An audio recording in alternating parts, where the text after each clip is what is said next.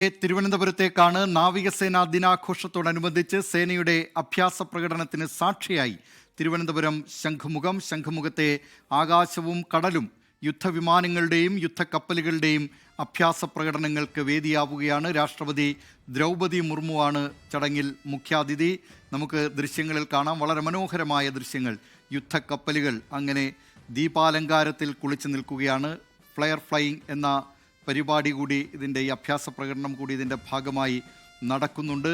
വളരെ മനോഹരമായ ദൃശ്യങ്ങൾ, തത്സമയ സംപ്രേഷണമാണ് പ്രേക്ഷകർ കാണുന്നത്.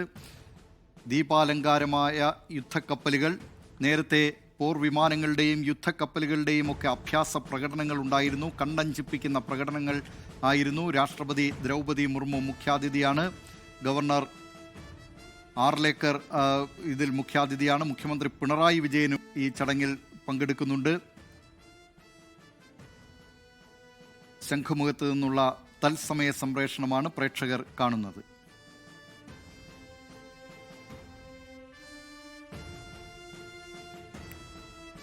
അല്പം മുമ്പ് ശംഖുമുഖത്ത് നടന്ന പരിപാടികൾ, ഒപ്പം തന്നെ തത്സമയ ദൃശ്യങ്ങളും പ്രേക്ഷകർക്ക് കാണാം. നാവികസേനാ ദിനാചരണത്തിൻ്റെ ഭാഗമായി പടക്കപ്പലുകളും യുദ്ധവിമാനങ്ങളും ശംഖുമുഖത്ത് അണിനിരന്നുള്ള പ്രകടനമാണ്. നാവികസേനയുടെ കരുത്തറിയിച്ചുള്ള ദിനാഘോഷത്തിന്റെ ഭാഗമായ അഭ്യാസ പ്രകടനങ്ങൾക്കാണ് തിരുവനന്തപുരം സാക്ഷ്യം വഹിച്ചത്. ലോകത്തെവിടെയായാലും ഏത് സമയത്തും 24 വാർത്തകളും ഓഗ്മെന്റഡ് റിയാലിറ്റി പാക്കേജുകളും എക്സ്പ്ലെയിനറുകളും വിശദമായി കാണാൻ ഞങ്ങളുടെ യൂട്യൂബ് ചാനൽ നിങ്ങൾക്ക് സബ്സ്ക്രൈബ് ചെയ്യാം.